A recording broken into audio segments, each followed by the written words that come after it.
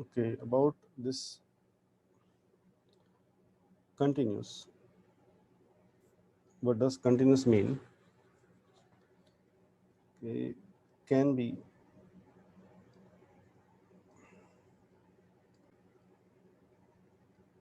broken into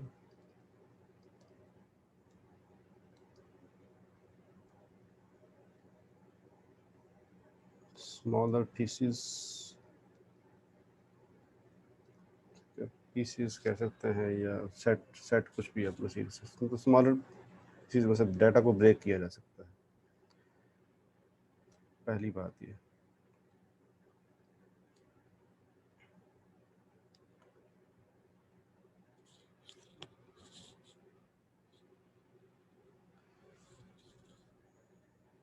second, हम अगर mathematically बात करें तो ये अनकाउंटेबली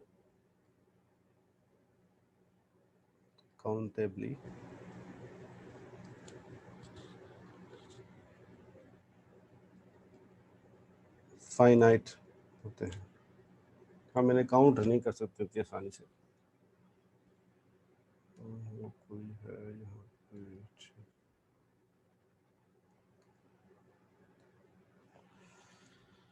अच्छा, इनकी एग्जांपल्स क्या होंगी? पहली बात यह कि can be broken into smaller pieces, countably finite. हमने फाइनाइट तो है मगर हम इन्हें काउंट उस तरह से नहीं कर सकते। जैसे फॉर एग्जांपल अगर मैं ये कहूँ कि मेरे पास एक स्टूडेंट है, वो 0 से 5 के दरमियान कोई भी वैल्यू एक्वायर कर सकता है। तो ये वैल्यूज़ क्या हो सकती हैं?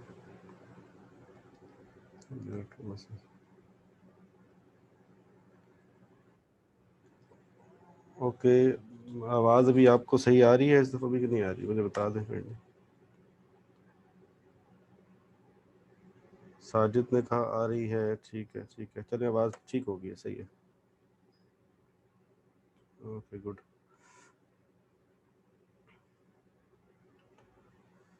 ठीक है, अगर हम हमारे पास अभी एक स्टूडेंट है, वो 0 से 5 के दरमियान कोई वैल्यूज़ एक्वायर कर सकता है, हासिल कर सकता है, तो उसमें हम ये देखते हैं कि अच्छा वो वैल्यूज़ क्या होंगे। अगर हम कहेंगे वो कंटिन्यूस हैं तो वो वैल्यूज़ क्या क्या हो सकती हैं। यानी हमने कहा कि ब्रेक किया जा सकता है उसको स्मॉलर पीसीज में। जैसे हमारे पास 0 से 5 एक लिमिट है, इसकी स्मॉलर लिमिट 0 है और अपर लिमिट 5 है इसकी।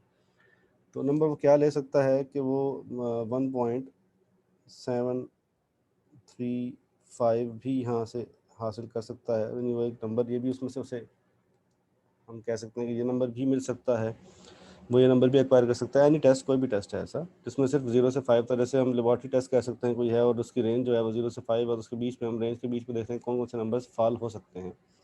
तो वैसे तो हम देखें तो वो इनफाइनाइट मैनी नंबर्स हैं, 0 और 5। हम सिर्फ अगर ये देखें ना कि 1 और 2 के बीच में, यानी यहाँ पे मैं लिखूँ साइड पे कि 1 और 2 के बीच में बहुत सारे नंबर्स हैं।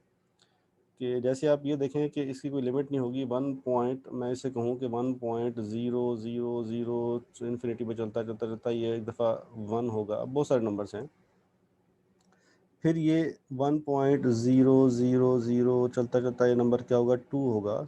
इसी तरह से ये नंबर ऐसे चलता चलता जब 9 पे पहुंच जाएगा हमारे पास, तो फिर नेक्स्ट नंबर जो हमारे पास होगा वो क्या होगा? 1.000 जो यहाँ पे चल रहा था ये 1, और फिर लास्ट फिर 0 हो जाएगा। यहाँ पे 1 आ जाएगा अभी। ठीक है, नज़र आ रहा है आपको? ये यहाँ पे 1 आ जाएगा। तो इस तरह से ये क्या होंगे? ये नंबर्स हमारे जो होंगे वो 1 और 2 के बीच में। हम देखें अब ये जीरोस मैंने यहाँ पे कोई लिमिटेड लगा दी है, आपको सिर्फ ये नज़र आ रहे हैं यहाँ पे सिर्फ दिखाने के लिए, वरना ये लिमिट का जीरो कहाँ तक जाएंगे नो वन नोज। तो ये कहा जाता है कि 1 और 2 के बीच में भी इनफाइनाइट मैनी नंबर्स मौजूद हैं। ठीक है, इस तरह से 0 और 5 के बीच में भी बहुत सारे नंबर्स मौजूद हैं। मगर उसमें से हम देखते हैं कि हम कुछ वैल्यूज़ लिखते हैं कि ये समझने के लिए कि कंटिन्यूस कौन सा, किसे कहेंगे वो कंटिन्यूस है। यानी तो वैल्यू ये आ सकती है, या वो 4.5 भी एक्वायर कर सकता है, या वो 2.6872 इस तरह से कोई नंबर भी आ सकता है। तो हमने देखा कि इसके बीच में 0 और 5 के बीच में कोई सी वैल्यूज़ भी हासिल की जा सकती हैं, मतलब कोई ख़ास रिस्ट्रिक्शन नहीं है। जैसे रिस्ट्रिक्शन क्या होती है कि रिस्ट्रिक्शन ये होती है कि अगर आपने काउंट करना है, फॉर एग्जांपल एक क्लास में कितने बच्चे हैं, तो वो बच्चे 5 हो सकते हैं, 10 हो सकते हैं, 5.5 नहीं हो सकता, 5.25 नहीं हो सकता। ठीक है, वो हम कहेंगे कि वो कंटिन्यूस नहीं होते, उनको हम मज़ीद स्मॉलर पीसीज में ब्रेक नहीं कर सकते उस वैल्यूज़ को। वो ख़ास अगर 1 है, 2 है तो 2 ही रहेगा, 3 है तो 3 रहेगा, वो 3.5 का कोई मतलब उसमें नहीं होगा, कोई वो किसी चीज़ को जस्टिफाई नहीं करेगा। ऐसी चीज़ को जिसमें हमको जिसको ब्रेक ना कर सकें, जिसके इसके बरक्स can not be broken into smaller pieces, उसे हम फिर हम कहते हैं, वो हमारे पास फिर कहलाता है डिस्क्रीट। वो कैन नॉट बी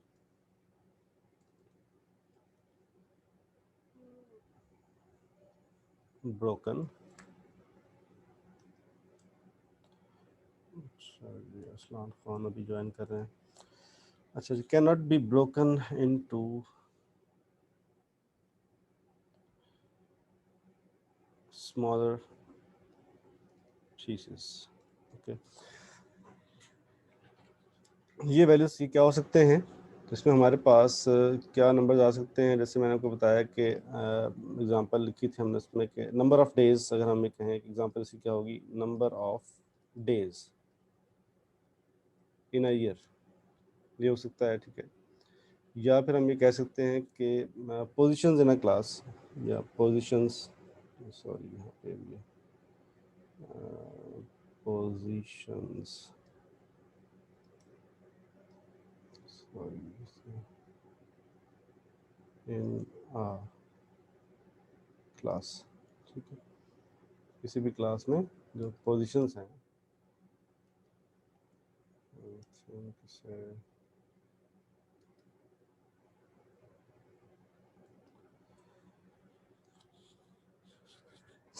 किसी भी क्लास में पोजीशंस हैं, उनको भी हम क्या कहेंगे, वो डिस्क्रीट है।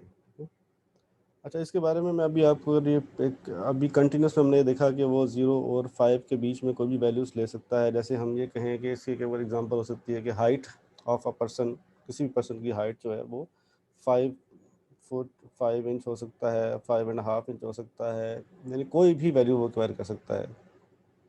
वेट ऐसे है, वेट भी जो है वो भी ख़ास कोई कोई ऐसा नहीं है कि उसका 5 केजी ही होगा, 10 केजी होगा, 5.5 नहीं हो सकता, 5.5 भी हो सकता है, 5.75 भी हो सकता है, 5.25 भी हो सकता है, किसी भी चीज़ का वेट जो है। तो इसमें हम ये देखते हैं कि इसमें जो कंटिन्यूस डाटा होता है, इसमें मोस्ट ऑफ केसेस में हमारे पास क्या होंगे, कोई ना कोई रेंजेस होंगे। रेंज से मुराद ये है कि हमारे पास कंटिन्यूस फ्लो होगा डाटा का। कंटिन्यूस फ्लो से मुराद ये है कि आप उसको ऐसे ऑब्जर्व कर सकते हैं कि अगर आप एक वॉल क्लॉक देखें, वॉल क्लॉक देखें तो वॉल क्लॉक पे आपको यहाँ पे 12, 6, 3 एंड 9, तो पूरे का पूरा डाटा जो भी मौजूद है वो सारा नज़र आ रहा होता है, वो कंटिन्यूस फ्लो है उसका, ठीक है। जबकि अगर आप डिजिटल क्लॉक देखें तो डिजिटल क्लॉक में क्या होता है, जो आपकी वैल्यूज सामने हैं उन्हीं पे वो जंप कर सकता है, उसके बीच में नहीं जंप कर सकता। यानी इसमें क्या होता है कि अगर दो ऐसे पॉइंट्स हैं तो सुई जो है उसकी इनके दरमियान भी बाज़ दफ़ा आ जाती है, ठीक है, टिक करती है। मगर यहाँ पे ऐसा है कि वो अगर 2 है तो 2 शो करेगा, 3 है 3 शो करेगा, इस तरह से ऐसे ही चलेगा। तो कंटिन्यूस में हमारे पास एक बात ये याद रखेंगे, हम इस पे बहुत सारा काम करेंगे, कंटिन्यूस पे भी काम करेंगे, डिस्क्रीट पे कम काम करेंगे।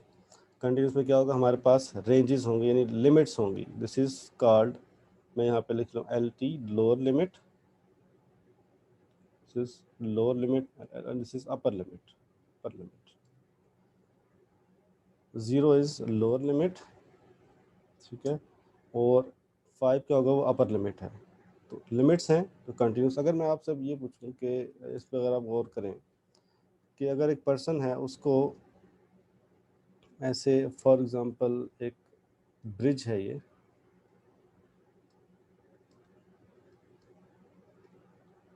एक ब्रिज है, उससे गुजरना है, उससे यहाँ से उससे गुजरना है, चलना है, कोई भी पर्सन है, और एक और पर्सन है जिसको हम उससे सिर्फ मुख्तलिफ पैग्स से लगे हुए हैं, मुख्तलिफ पॉइंट्स हैं, वो सिर्फ उन पॉइंट से गुजर सकता है। नीचे, उसके नीचे क्या है, यहाँ पर वाटर है। जैसे कोई भी लेक है तो उसमें अगर उसे क्रॉस करना है तो उसके पास क्या है, मुख्तलिफ स्टेप्स यहाँ पे रख सकता है। यहाँ पे रखेगा तो क्या होगा, पानी में चला जाएगा। यहाँ पर भी ऐसे नीचे वाटर है, यहाँ पर नीचे ऐसे वाटर है, तो उसको सिर्फ इन पॉइंट से ही गुजरना है। तो ये एक बहुत अच्छी एग्जांपल है। यहाँ पे क्या है, वो किसी भी जगह पे पाँव रख सकता है, उसके पास कोई रिस्ट्रिक्शन नहीं है, किसी भी जगह पे पाँव रख के वो जा सकता है। तो इसे हम कह सकते हैं कि ये हमारे पास फिर किसकी एग्जांपल हो सकती है, ये कंटिन्यूस की है। और ये हमारे पास क्या है, ख़ास पॉइंट्स, ख़ास वैल्यूज एक्वायर कर सकते हैं, जैसे नंबर ऑफ डेज हैं और इन अ ईयर हमारे पास है, पोजीशन इन क्लास हैं, फर्स्ट सेकंड थर्ड जैसे आता है। तो 1.5 इज़ नो पोजीशन, या 1.5 होगा तो उसका कोई मतलब नहीं होगा, कोई उसे समझ, कोई उसको जस्टिफाई नहीं करेगा, वो किसी भी जो जिस डाटा की आप बात करें उस डाटा को। तो ख़ास पॉइंट्स हैं, सिर्फ उन्हीं पे जंप करके आगे जाया जा सकता है। तो ये हमारे पास फिर क्या होगा, डिस्क्रीट होगा। यानी कंटिन्यूस में क्या है फ्लो है continuous between some, for example ये हमारे पास 0 से 5 कोई भी था, 0 से 5 lower limit, lower limit, lower limit and this is upper limit. Message इसका है, अच्छा ये अभी सबर ने क्वेश्चन किया है कि हाइट और वेट किस में आएगा। हाइट और वेट जो है वो हमारे पास कंटिन्यूस डाटा में आएंगे। ठीक है, हाइट कोई भी हो सकती है, हाइट वो स्मॉलेस्ट भी हो सकती है, कोई भी हो सकती है, और इसमें से वेट भी डिफरेंट हो सकते हैं। वो ख़ास वैल्यूज़ नहीं है कि जैसे 5 kg है, या जैसे हम वेट की बात करें, हाइट की बात करें, तो हाइट हमारे पास जो है वो किसी की 5 फीट 6 इंचज़ हो सकती है, या 6.5 भी हो सकती है, 6.5 भी हो सकती है। कोई रिस्ट्रिक्शन नहीं है, उसका मतलब होगा, उसका समझ, वो इसको जस्टिफाई करेगा। इस हमारे पास जो वेरिएबल है हाइट, उसको वेट भी इसी तरह से जो है, उसकी भी कोई रिस्ट्रिक्शन हमारे पास नहीं है। मतलब रिस्ट्रिक्शन से मुराद ये है कि उसके कुछ ना कुछ मीनिंग है, जैसे मीनिंग से मुराद वो जस्टिफाई करता है। वेट किसी का 6.5 kg भी हो सकता है, और फरहा, यस फरा, सर डिस्क्रीट में हम लोग कह सकते हैं कि कांस्टेंट नंबर आते हैं, क्योंकि डिस्क्रीट में रिस्ट्रिक्शंस आ रही हैं ना। कांस्टेंट नंबर्स कांस्टेंट सब में आएंगे। कांस्टेंट जो है वो कंटिन्यूस भी कांस्टेंट होगा, जैसे 1.735 था, 4.5 था, 2.6 था, ये भी कांस्टेंट नंबर्स हैं। मगर उनमें कांस्टेंट इस सेंस में आप कह सकते हो कि जैसे ये कह सकते हैं कि अगर पोजीशंस की बात करें तो वो पोजीशन जो है वो या तो फर्स्ट पोजीशन हो सकती है, या सेकंड हो सकती है, या थर्ड हो सकती है, या हम काउंट करें तो काउज अगर काउंट करें या एनिमल्स काउंट करें तो वो 5, 6, 7, 8, 9 हो सकते हैं, 5.5 नहीं हो सकते एनिमल्स। ठीक है, तो उस सेंस में कांस्टेंट आप कह सकते हो। मगर अगर हम मैथमेटिकली बात करें तो कांस्टेंट सिर्फ ये नंबर्स कांस्टेंट है ना, 5, 6, 7 जो वेरिएबल्स वो है, ये कांस्टेंट्स जो होते हैं, यानी जैसे 5 फीट 6 इंचेस लिखा है, ये कांस्टेंट जो है इस वेरिएबल को, जो हाइट वेरिएबल है, इसको जस्टिफाई करता है। इसी तरह से वेट जो है 6.5, ये 6.5 6.25 कोई वेट हो सकता है। अब ये फर्स्ट सेकंड थर्ड पोजीशंस जो हैं, ये हमारे पास अभी कांस्टेंट इस सेंस में है कि ये इसके बीच में यहाँ पे कुछ भी नहीं है। इसके बीच में यहाँ पे जो भी आप वैल्यू लेंगे उसका मतलब वो उसको पोजीशंस को वो जस्टिफाई नहीं करेगा, क्योंकि 1.5 पोजीशन कोई पोजीशन नहीं होती, 2.5 कुछ नहीं है। तो उस सेंस में आप कह सकते हैं कि कांस्टेंट होते हैं, कि उनके बीच में, उनके आगे पीछे कोई और वैल्यूज़ का कोई ख़ास मतलब नहीं होता, वो जस्टिफाई नहीं करते उस वेरिएबल को। ठीक है, होप आई हैव क्लियर्ड।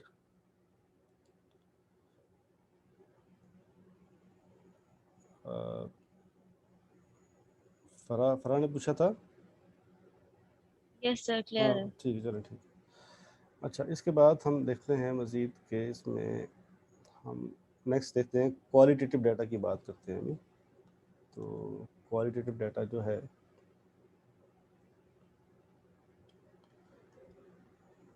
उसके लिए हमारे पास है,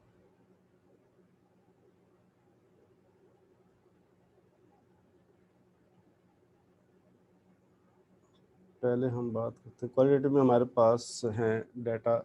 सबसे पहले क्वालिटी, सॉरी,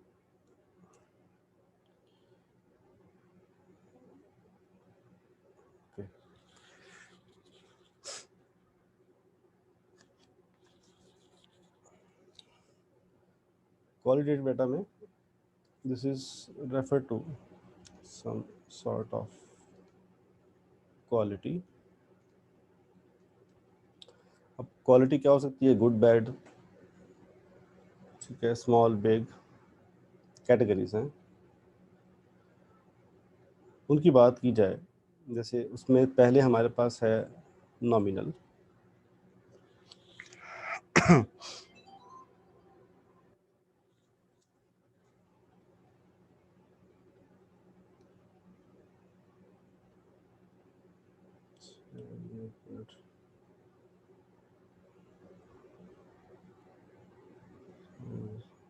वेटिंग रूम में है, चलने का था।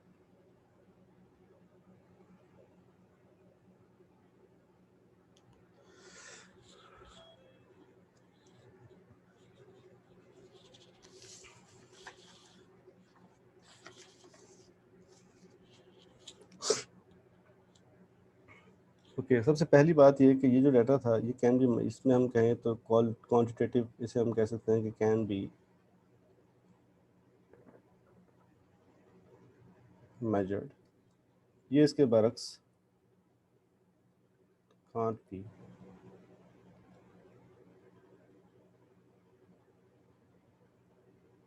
मेजर्ड। इसकी सबसे बड़ी एग्जांपल है, जैसे हम कहें कि जेंडर। जेंडर एक वेरिएबल है जो मेजर नहीं किया जा सकता, सिर्फ हम लिख सकते हैं कि male, in general male and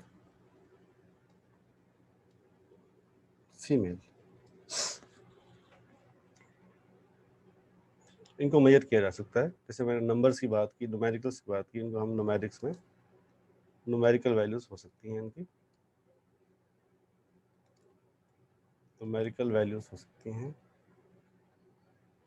जबकि इसीलिए हम कहते हैं क्वांटिटी है, ये क्वांटिटी है।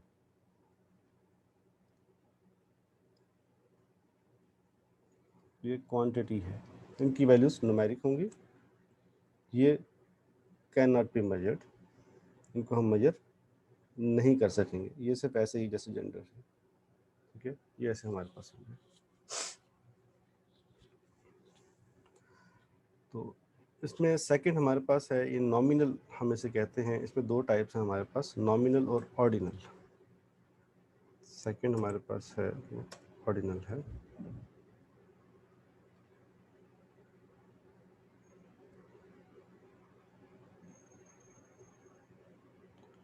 ओके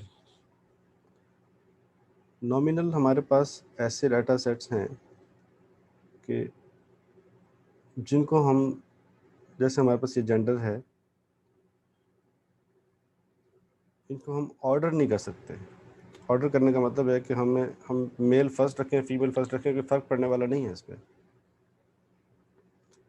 इस ऑर्डर से फ़र्क पड़ने वाला नहीं है इसमें। जबकि कुछ वेरिएबल्स ऐसे हैं कि जिनको हमें ऑर्डर करना पड़ता है। जैसे हम साइज़ की बात करें,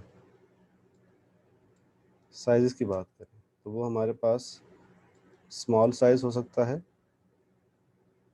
और एक बिग साइज़ हो सकता है, मीडियम भी हो सकता है, ठीक है, मीडियम भी हो सकता है। मैं मीडियम के लिए MED लिख रहा हूँ, मीडियम भी हो सकता है।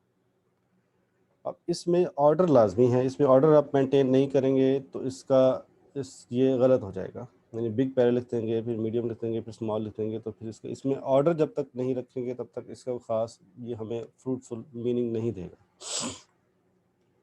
क्वालिटेटिव में हमारे पास हमने देखा कि क्वालिटीज़ हैं, क्वालिटीज़ बहुत सारी, उसमें से हमने एक देखा कि जैसे जेंडर है, मेल फीमेल। अब मेल फीमेल को कोई भी पहले आप लिख लें, आप लिस्ट एनलिस्ट कर रहे हैं अगर हम, तो कोई भी पहले लिख लें, किसी की वैल्यू पहले लिखें, तो उसमें फ़र्क पड़ने वाला नहीं है कि उसमें हमारे पास अंडरस्टैंडिंग में कोई डिफरेंस नहीं आएगा। हम उसे अरेंजमेंट में हमें चीज़ें ढूंढनी नहीं पड़ेंगी। हम पता है कि भाई ये मेल पहले लिखें या फीमेल पहले लिखें, कोई बात नहीं, फ़र्क नहीं पड़ता। इसके बाद साइजेस में हम देखें तो हमारे पास क्या होता है, स्मॉल मीडियम बिग। अगर हम बिग पहले लिख देंगे, जैसे हम अल्फ़ाबेटिकल ऑर्डर की बात करें, किसी चीज़ को हम अल्फ़ाबेटिकल ऑर्डर में, अगर नाम हम लिख रहे हैं क्लास में लोगों बच्चों के, और उनको हम अल्फ़ाबेटिकल ऑर्डर में लिखते हैं, बगैर अल्फ़ाबेटिकल ऑर्डर के भी लिख सकते हैं, नॉमिनल भी बना सकते हैं, ऑर्डिनल भी बना सकते हैं। मगर फ़र्क क्या होगा कि उनको हम किसी भी साइट में अरेंज करें, हमें उनको बाद में डाटा में वैल्यूज़ को तलाश करने में मुश्किल होगी, जस्ट ये सब फ़र्क होगा। जबकि अगर यहाँ पे ऐसे लिखें स्मॉल, मीडियम, बिग, तो इसमें भी हमारे पास क्या बिग पहले लिखते हैं, मीडियम कहीं और लिखते हैं, अरेंज ना करें, तरतीब से ना लिखें, तो क्या होगा कि डाटा को अरेंज करने में जितनी आपने मेहनत की उससे कोई आपको फ्रूटफुल फ़ायदा नहीं होने वाला। कि अरेंज करने का या स्टैटिस्टिक्स का मतलब ये है कि आपका जो भी जम्बल्ड डाटा है, जो डाटा आपने कलेक्ट किया है, वो ऐसी फॉर्म में आ जाए, ऐसी शक्ल में आ जाए कि जिसको देख के कम से कम टाइम में आप ज़्यादा से ज़्यादा इन्फॉर्मेशन वहाँ से हासिल कर सकें। वो सिंपल असेंडिंग ऑर्डर की अरेंजमेंट भी हो सकती है कि डाटा को आप स्मॉलेस्ट से बिगर की तरफ लिख रहे हैं, असेंडिंग ऑर्डर भी हो सकता है, डिसेंडिंग ऑर्डर भी हो सकता है, बनस्पत इसके कि वो सारे जम्बल्ड ऐसे मिक्स मौजूद हैं और उसमें आपको एक एक वैल्यूज़ को तलाश करना पड़ रहा है, तो उसमें बहुत सारा टाइम लगेगा, आपका जो मेन आपका जो मकसद है वो फिर फोत हो जाएगा उसमें। इसलिए ऐसा डाटा, कुछ डाटा को, कुछ वेरिएबल्स हैं उनको हम ऑर्डर कर ही नहीं सकते, जैसे ये मैंने आपको बताया जेंडर है, मेल और फीमेल ऑर्डर कर ही नहीं सकते, और कुछ को हम ऑर्डर कर सकते हैं, तो उनको फिर ऑर्डर करके लिखना है ताकि हमारे पास जो वैल्यूज़, जो हमारे पास जो चार्ट बने, जो डाटा एनालिस्ट हो या जो हमारे पास फ्लो चार्ट बने उसका वो तरतीब से हो, उसमें फिर वैल्यूज सर्च करना आसान हो जाए।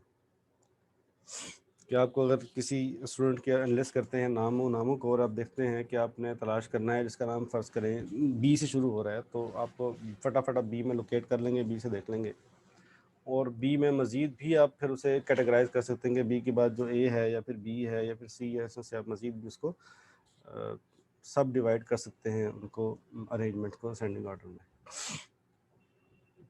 तो ये हमारे पास डाटा टाइप, वेरिएबल टाइप्स थी। वेरिएबल टाइप्स दो थी, हमने देखा कि क्वांटिटेटिव और क्वालिटेटिव। क्वांटिटेटिव न्यूमेरिक वैल्यूज़ होंगी, can be measured in general हम अगर बात करें, और qualitative, quality with respect to quality हम देख सकते हैं कि कैन नॉट बी मेजर्ड। और इसमें एग्जांपल हमने देखी नॉमिनल की और ऑर्डिनल की, और नॉमिनल हमने देखा जेंडर्स हैं जिनको हम अरेंज ना भी करें, हमें अरेंज करने और ना करने से कोई फ़र्क उसमें से ऑर्डर में हम इसे नहीं लिख सकते, ठीक है। ऑर्डर का मतलब यही है कि उसे आपने कोई भी तरतीब देनी है असेंडिंग ऑर्डर या डिसेंडिंग ऑर्डर की। तो साइज़ जैसे हैं वो स्मॉल, मीडियम, बिग, हम उसको एक ख़ास ऑर्डर में लिखेंगे तो उसका ख़ास फ्रूटफुल मीनिंग होगा हमारे पास। सर नॉमिनल को दोबारा बताएं। अच्छा, नॉमिनल में ऐसा है हमारे पास कि नॉमिनल में इन जनरल, जैसे मैंने आपको जिक्र किया कि जेंडर मेल और फीमेल, तो आप मेल की वैल्यूज़, मेल अगर हम एनालिस्ट करते हैं कि हमारे पास कोई भी लेट्स से हमारे पास, हम ये देखते हैं कि हमारे पास ऐसे कोई वैल्यूज़ हैं, तो हम मेल के लिए मैं एम इस्तेमाल कर रहा हूँ, फीमेल के लिए एफ इस्तेमाल कर रहा हूँ। तो हमने जब लिखी वैल्यूज़ लिख रहे हैं तो हमने यहाँ पे तो मेल की वैल्यूज़ मैंने पहले लिखना शुरू कर दी, यहाँ पे सारी ऐसे ऐसे ऐसे पहले लिखना शुरू कर दिया, फीमेल की वैल्यूज़ बाद में लिखना शुरू कर दी। तो इसको ऑर्डर नहीं कर सकते कि हम ये नहीं लिख सकते कि फ़र्स्ट क्या लिखें, जैसे मैं मेल हूँ तो मैंने पहले मेल लिख दिया, बाद में फीमेल लिख दिया, कोई फीमेल होगी तो पहले फीमेल लिख सकती है, बाद में मेल लिख सकती है, ठीक है। तो जो भी इसको आप ऑर्डर दें उससे इसको इससे कोई फ़र्क पड़ने वाला नहीं है। डाटा को आप हमें पता है कि सिर्फ मेल अलहदा हो जाएंगे, फीमेल अलहदा हो जाएंगे, कैटेगरीज अलहदा हो जाएंगी, ग्रुप्स अलहदा हो जाएंगे। जैसे हम ये कह सकते हैं कि हमारे पास अगर हम एडल्ट से ग्रुप्स बना लें, एडल्ट के मज़ीद ग्रुप्स बन जाएंगे हमारे पास, मेल फीमेल, ठीक है। फिर मेल में मज़ीद ग्रुप्स बन जाएंगे हमारे पास जो टीन एजर्स हैं, और फिर हमारे पास टीन एजर्स के बाद जो स्मॉल चाइल्ड हैं। तो अब उसमें आप देखें कि मेल्स में उसके बाद हमें, अगर हम टीन चाइल्ड से शुरू करें, सी से, चाइल्ड से, और फिर टीन एजर्स और फिर एडल्ट्स, तो ये अब इनको तरतीब देनी पड़ेगी हमें, पहले चिल्ड्रन को पहले लिखना पड़ेगा, फिर हमारे पास क्या आते हैं, टीन एजर्स आते हैं, फिर हमारे पास एडल्ट्स आते हैं, ये एक तरतीब बनती है, ये ऑर्डर्ड अभी है, ये अब ऑर्डिनल डाटा है।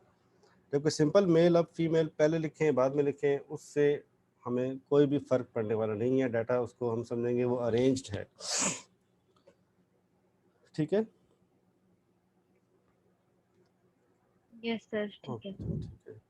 अच्छा, उसके बाद हमने देखा कि हमारे पास ये कंटिन्यूस डिस्क्रीट की हमने बात की थी, तो कंटिन्यूस डिस्क्रीट में कंटिन्यूस में हमारे पास फ्लो ऑफ डाटा था फुल, किसी भी कोई भी वैल्यू एक्वायर हो सकती है उस पर न्यूमेरिक, जबकि डिस्क्रीट में ख़ास वैल्यूज़ हैं, उनके अलावा बाकी वैल्यूज़ नहीं मिल सकती, उसमें उनका कोई मीनिंग नहीं होगा।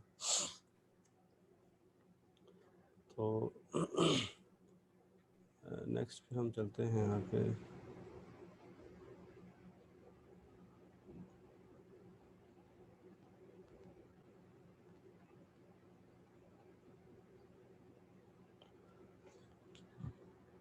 अब डाटा की हमने देख लिया कि वेरिएबल की टाइप्स देख ली, और ये भी देख लिया कि वेरिएबल्स की कितनी टाइप्स हैं और किस तरह से उनको हम डिफ्रेंशिएट करते हैं। अब डाटा को रिप्रेजेंट कैसे किया जाता है, डाटा जब हम ले लेते हैं तो उसको हम न्यूमेरिकल रिप्रेजेंटेशन है सबसे पहले, फिर ग्राफिकल रिप्रेजेंटेशन है, फिर मैथमेटिकल रिप्रेजेंटेशन है, और इनको हम स्टेप बाय स्टेप देखेंगे कि न्यूमेरिक रिप्रेजेंटेशन किसको कहते हैं, जैसे एक ओवरव्यू लेंगे, और इसी तरह से ग्राफिकल रिप्रेजेंटेशन किस किस्म की होती है, और मैथमेटिकल रिप्रेजेंटेशन किसको कहते हैं, ये हम देखेंगे। तो सबसे पहली है हमारे पास न्यूमेरिक रिप्रेजेंटेशन। इसे हम ये भी कहते हैं कि हमारे पास एक टेबुलर रिप्रेजेंटेशन है। सिंपल से कम्प्लेक्स मुख्तलिफ और बहुत से हो सकते हैं। सिंपल से, ये भी हम सिंपल की बात कर रहे हैं, फिर आगे कम्प्लेक्स देखेंगे। तो सिंपल फ्रिक्वेंसी डिस्ट्रीब्यूशन टेबल है ये, ठीक है, SFDT, simple frequency distribution table, और सिंपली हम कह सकते हैं कि फ्रिक्वेंसी डिस्ट्रीब्यूशन टेबल भी इसे कह सकते हैं, FDT।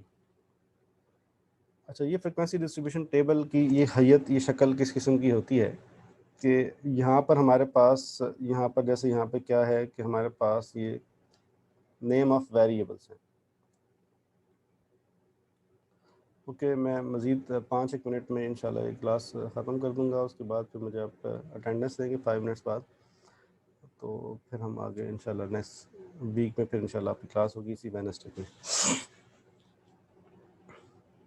तो सिंपल हमारे पास जो फ्रिक्वेंसी डिस्ट्रीब्यूशन टेबल है, या सिर्फ हम कहें कि फ्रिक्वेंसी डिस्ट्रीब्यूशन टेबल में क्या होता है कि यहाँ पर कोई भी कैटेगरीज, कोई भी हमारे पास नेम ऑफ़ वेरिएबल्स होंगे, ठीक है, जैसे यहाँ पर हैं नेम ऑफ़ वेरिएबल्स हैं, और यहाँ पर वो वेरिएबल कितनी दफ़ा अकर हो रहा है डाटा में, उसकी फ्रिक्वेंसी यहाँ पर होगी, ठीक है। फिर हम यहाँ पे परसेंटेज लिख सकते हैं कि वो कितनी परसेंट मौजूद है होल डाटा में, और ये टैली मार्क्स उसके लगा सकते हैं, वो क्या चीज़ें हैं वहाँ पर हम उसको देखेंगे नेक्स्ट टाइम इंशाल्लाह, जब भी हम यहाँ पे इसको थॉरली स्टडी करेंगे इसको दोबारा से। तो ये एक उसकी शेप है कि हमारे पास नीचे फिर टोटल हम उससे कर सकते हैं, ठीक है। और अदरवाइज़ क्या है हमारे पास कि मेन चीज़ आपने याद रखनी है कि ये हमारे पास एक ग्रुप डाटा है, इसको हम बोलते हैं ये ग्रुप्ड डाटा है। This all is all grouped data. Group data से मुराद ये कि हमने क्या किया कि कैटेगरीज लिख के उसके बाद उनकी फ्रिक्वेंसी लिखती है, और जो इससे पहले था हमारे पास जो ऊपर रफ में मौजूद था, अभी कौन आ गया, ये हैदर हुसैन, ओके। इसको ग्रुप करने से पहले जो डाटा हमारे पास मौजूद था, जो ऐसे एनलिस्ट हुआ था, जैसे फॉर एग्जांपल लेट्स से 5, 6, 18, 2, 3 ब्ला ब्ला, तो ये डाटा हमारे पास यूँ लिखा हुआ होता है, इसे हम कहते हैं ये अनग्रुप्ड डाटा होता है, अनग्रुप्ड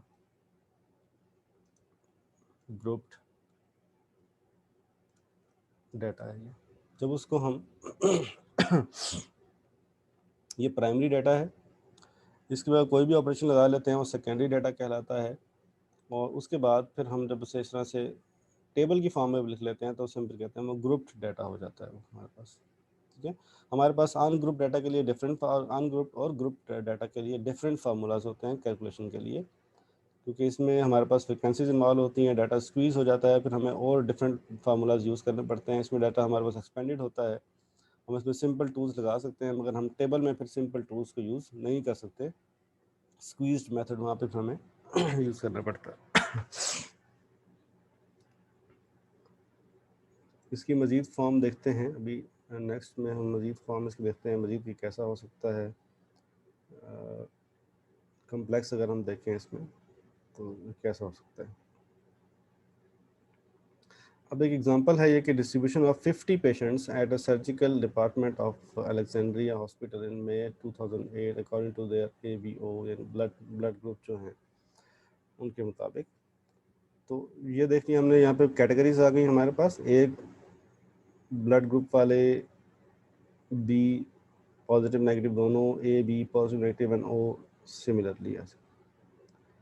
तो उनकी फ्रिक्वेंसीज का मतलब ये है कि जो भी डाटा उन्होंने गिवन था जो दिया था उसमें 12 लोग ऐसे हैं जो कि ए प्लस माइनस में फॉल करते हैं और वो होल डाटा का 24% है।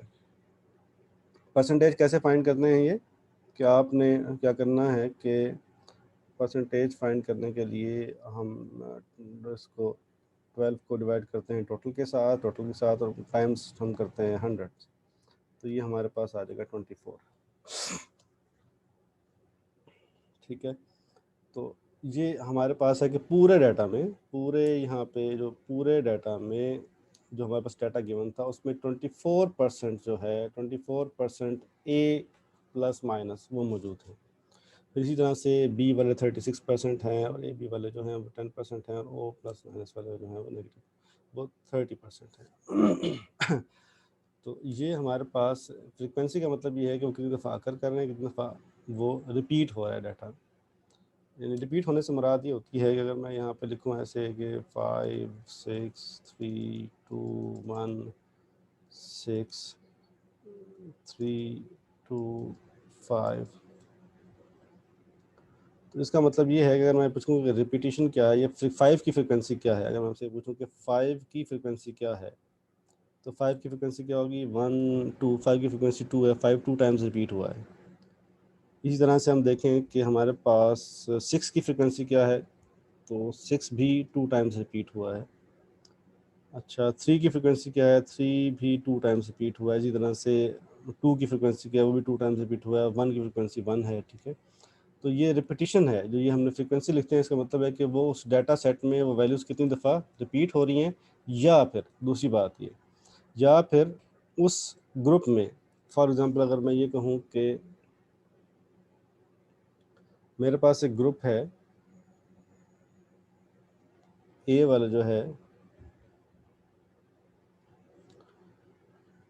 ग्रुप जो है वो फॉर एग्ज़ाम्पल वो 1 से 30 के बीच में है, तो फिर ये देखना है कि 1 से 30 के बीच में कितने नंबर्स फॉल करते हैं जो इस डाटा में आ रहे हैं। यानी हो सकता है इसमें 2 आए, 10 आए, फिर 11 आए, ठीक है, फिर 15 आए, तो इसमें कितने आ गए मेरे पास, सिर्फ इसमें 3 आ गए। यानी इस ग्रुप की फ्रिक्वेंसी मेरे पास क्या आ गई है, वो 3 आ गई है। इसकी जो रेंज थी, इस रेंज में कितने नंबर्स फॉल किए, 3 नंबर फॉल किए, तो इसकी फ्रिक्वेंसी 3 हो जाएगी। तो इसको हम डिटेल से देखेंगे, इसके टेबल्स भी बनाएंगे। ठीक है, तो ये आज थोड़ा सा इसका इंट्रोडक्शन था, जो कि थोड़ा सा आगे मज़ीद आई थिंक आगे रहता है, तो ये हम कंटिन्यू करेंगे नेक्स्ट टाइम। ये स्टैट्स का पोर्शन था आपका।